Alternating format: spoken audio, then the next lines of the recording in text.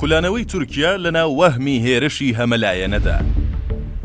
گەماروی وشکانی، گەماروی دەریایی، گەمارۆدانی ناوخۆ و پلانێک بۆ هەڵوەشاندنەوەی ئەناتۆڵ.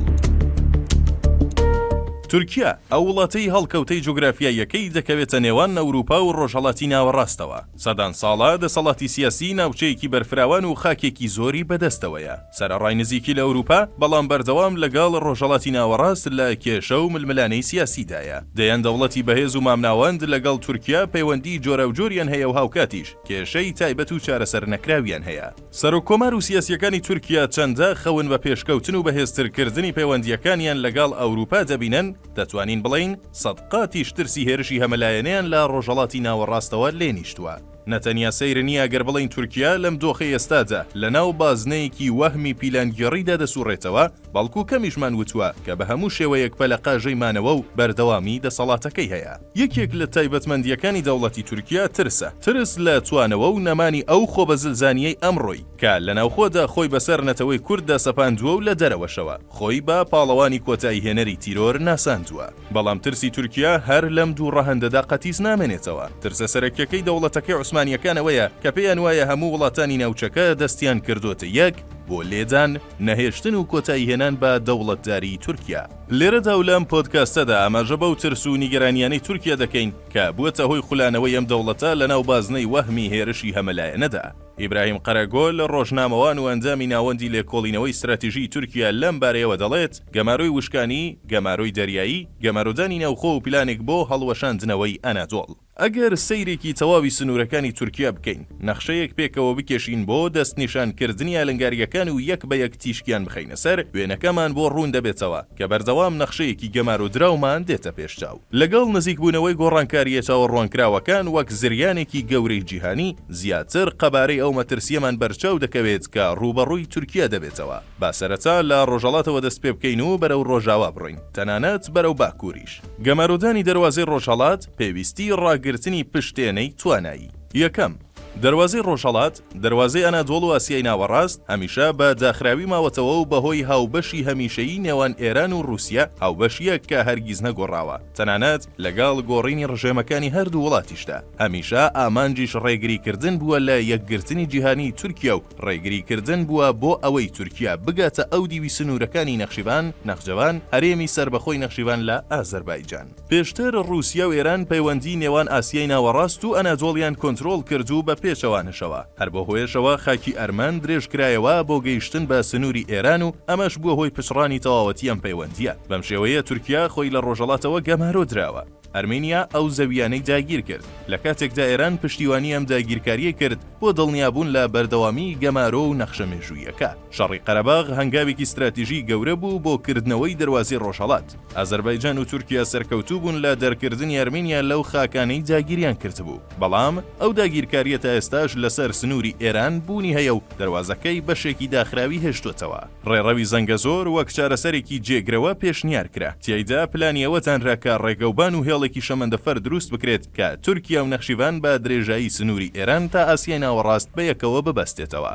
سەرەڕای ئامادەکردنی پرۆژەی پێویست هێشتا ڕێڕەوەکە نەکراوەتەوە. بۆچی؟ ئەگەر گەمارۆدان لە ڕۆژهەڵاتەوە بشکێنرێت، پشتێنەی مەزن دروست دەکرێت و ئەمەش گەورەترین ترس و نیگەرانی ئەوانە. ئەمریکا و ئەوروپا کار بۆ درێژەدان بە گەمارۆ دەکەن. ئێران، ئەمریکا، ئەرمێنیا، فەرەنسا و تەنانەت هیندستانیش هەوڵ دەدەن بۆ ڕێگریکردن لە کردنەوەی ئەم ڕێڕەوە. ڕێگری لە یەکڕێزی و لێک نزیک بوونەوەی جیهانی تورکیا دەکەن. هەروەها هەوڵ دەدەن ڕێگری لە ڕێڕەوی ناوەڕاست بکەن کە لە چینەوە تا لەندەن درێژ دەبێتەوە کە بە ڕێگەی ئەوریشم ناسراوە. هەوڵی گۆڕینی ڕێشەیی ڕێڕەوە بازرگانیە جیهانیەکان دەدەن و ڕێگری دەکەن لە گۆڕینی ئاسیای ناوەڕاست بۆ ناوەندێکی نوێ. لە ئێستادا بڕێکی زۆر پێداویستی سەربازی ڕەوانەی ئەرمێنیا دەکرێت. لە کاتێکدا ئێمە هەوڵی کردنەوەی دەواازەی ڕۆژهەڵات دەدەین. ئەوان کار بۆەوە دەکەن کە بە داخراوی بمێنێتەوە تا تورکیا لە گەمارۆ ڕزگاری نەبێت. نەخشەی تیرۆر لە سنووری ئێرانەوە بۆ دەریای ناوەڕاست. گەورەترین مەترسی بۆ سەر تورکیا لە سووریاوە دێت و لەوانەیە ببێتە هۆی هەڵوەشاندنەوەی ئەناتۆڵ. دوام، دەواازەی باشوور.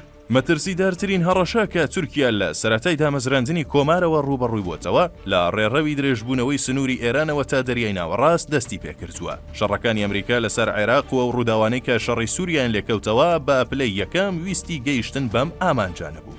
سنوورەکانی باشووری تورکیا لەلایەن ئەمریکا، ئەوروپا، ئیسرائیل و ڕێکخراوە چەکداریەکانی وەک ڕێکخراوی پەکەکە یەپەگا بە تەواوی داخراوە. مەسەلەکە تەنیا لە داخستنەکەدا نەوەستاوە، بەڵکو ئەم ڕێڕەوە گۆڕا بۆ ڕێڕەوێکی چەکداری دژبەرانە و بوو بە بەرەی سەرەکی بۆ هێرشکردنە سەر تورکیا. ئیتر تەنها تیرۆر نییە، بەڵکو هەوڵی داگیرکاریە. تورکیا چیتر تەنها ڕوبەڕووی شەڕی دژی تیرۆر نەبووتەوە، بەڵکو ڕوبەڕووی جۆرێک لە ئامادەکاری بۆتەوە بۆ داگیرکاریەکی پلان بۆ داڕێژراو کە ئامانج کەمکردنەوەی خاکەکەیەتی. ئەم پلانە هەوڵێکی نوێکراوەی سەدەی 21 پارچە پارچەبوونی نەخشەی دوای جەنگی جیهانی یەکەمە. تورکیا دوای هەوڵی کودەتاکەی 15 تەمووز دەستکاری ئەم نەخشەیە کرد. پلانی ڕێڕەوی گەمارۆکە بەشێکی لەبار چوو، بەڵام تەواو نەبوو. لەگەڵ ئەو کۆمەڵکوژیەی کە هەرزوو وڵاتی ئیسرائیل و ئەمریکا لە غەزا ئەنجامیاندا و دواتریش لوبنانیان کردە ئامانج، ئێستا و هێرشانە درێژ بۆتەوە و هەموو سووریای گرتوتەوە. بەمەش ڕادەی مەترسیەکان بە شێوەیەکی بەرچاو پەرەیساندووە. با سەرنجدان لە لێدوان و کردەوەکانی ئیسرائیل و ئەمریکا،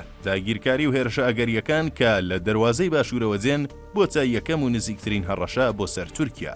لەسەر سنوورەکانمان خاچپەرستان و لە ناوەوە داگیرکەرانی ناوخۆیی. ئەمڕۆ تورکیا ناچارە بڕیاری چارە نووساز بدات و جێبەجێ بکات. دواکەوتن، چاوەڕوانی یان دوو دڵی جارێکی دیکە ئەنادۆڵ دەخاتە بەردەم مەترسی پارچە پارچە بوون. ئەم بابەتە هیچ پەیوەندیەکی بە سیاسەتی ناوخۆ و حیزبایەتی سیاسیەوە نییە، بەڵکو پرسێکی وجودیە. ئەمە بە گەمارۆدانی خاکەکەمان ناو دەبین. لە ئێستادا بەرەیەکی خاچپەرستانە بە درێژایی سنوورەکانمان لە سنووری ئێرانەوە تا ڕۆژهەڵاتی دەریای ناوەڕاست دروست دەکرێت و ئامانجەکەی ڕوون و ئاشکرایە. ئەویش کەمکردنەوەی خاکی ئەنادۆڵە. ئامرازی چەکداری سەرەکی بۆ ئەم پرۆژەیە لە ناوخۆی وڵات و لە باشوور هاوبەشی نێوان ڕێکخراوی پەکەکە، یەپەگە و ئیسرائیلە. تورکیا ڕوبەڕووی مەترسیەکی بێوێنە دەبێتەوە و دەبێت بە ئیرادەیەکی ناوازەوە مامەڵە بکات. مەسەلەکە لێرەدا بۆ تورکیا پرسی ئەناتۆڵە. بەرەی گەورە، گەماروی دەریایی لە ڕۆژهەڵاتی دەریای ناوەڕاست و کۆکردنەوەی لە بەشی ڕۆمانی قوبرس. سێەم، ئەمریکا و ئەوروپا و ئیسرائیل گەورەترین بنکەی سەربازیان لە ڕۆژهەڵاتی دەریای ناوەڕاست دامەزراندووە. هەرچەندە ئەجێندا ڕاگەیەنراوەکانیان پەیوەندیان بە سووریا و لوبنانەوە هەیە، بەڵام ئەم کۆکردنەوە خاڵی دەستپێکی گەماروی دەریایی پێک دەهێنێت کە بەسەر تورکیادا سەپێنراوە.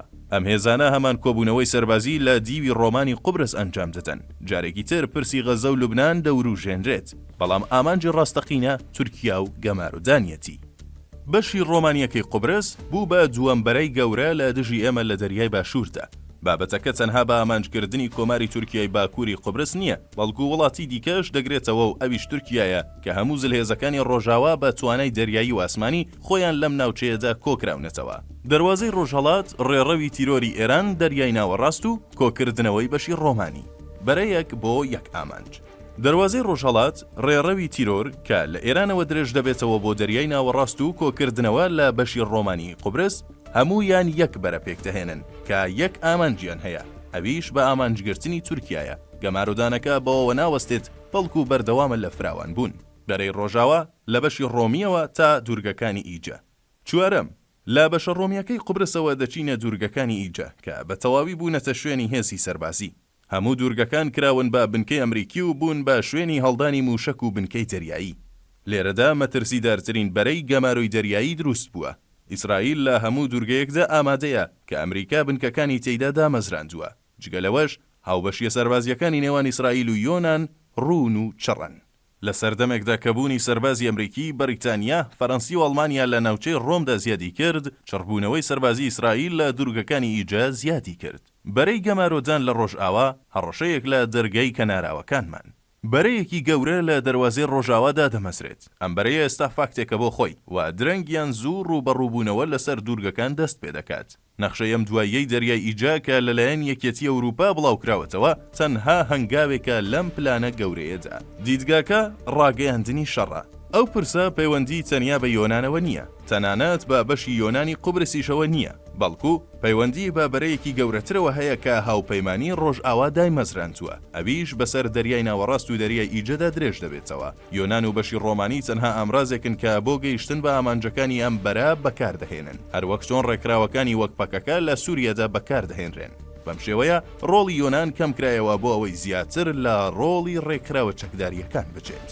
ئەمەی پێشکەشتان کرا دیزگا و بۆچوونی ئیبراهیم قەرەگۆل ڕۆژنامەوان و ئەندامی ناوەندی لێکۆڵینەوەی استراتیژی تورکیا بوو کە بە هەر شێوەیەک لێکی دەدەنەوە لەناو وەهمی هێرشێکی هەمەلایەنەدا باس و بابەت و گۆڕانکاری و ئالنگاریەکانی ڕۆژهەڵاتی ناوەڕاست بە هێرش بۆ سەر تورکیا دەبینن.